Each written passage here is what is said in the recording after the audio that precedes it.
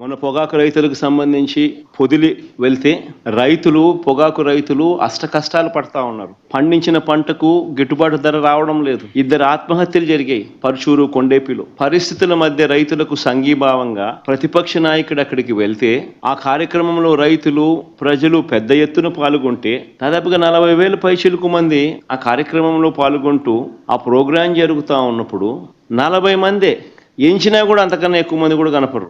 40 మందితో నువ్వు 40,000 మంది జరిగే ప్రోగ్రాం మీద రాళ్ళు వేయాలని ప్రయత్నం చేస్తావు. రైతులకు సంఘీభావంగా ఎవరు వెళ్ళకూడదా? 40,000 మంది ప్రజలు, రైతులు పాల్గొన్న కార్యక్రమంలో 40 మంది చేత నువ్వు డిస్టర్బ్ చేయాలని ప్రయత్నం చేస్తావు. ప్రయత్నం చేసి ఇంకా రైతులు, ప్రజలు సమన్వయం పాటించారు కాబట్టి 40,000 మంది 40 మంది మీద పడలా. ఒకవేళ పడుంటే పరిస్థితులు ఏ మాదిరిగా ఉండేదో నేను చెప్పాల్సిన అవసరం లేదు. ఎవరైనా ఊహించుకోగలుగుతారు. 40 మంది చేత గొడవ నువ్వు చేయిస్తావు, ఉల్టా రైతుల మీద నువ్వు కేసులు మళ్ళా పెడతావు.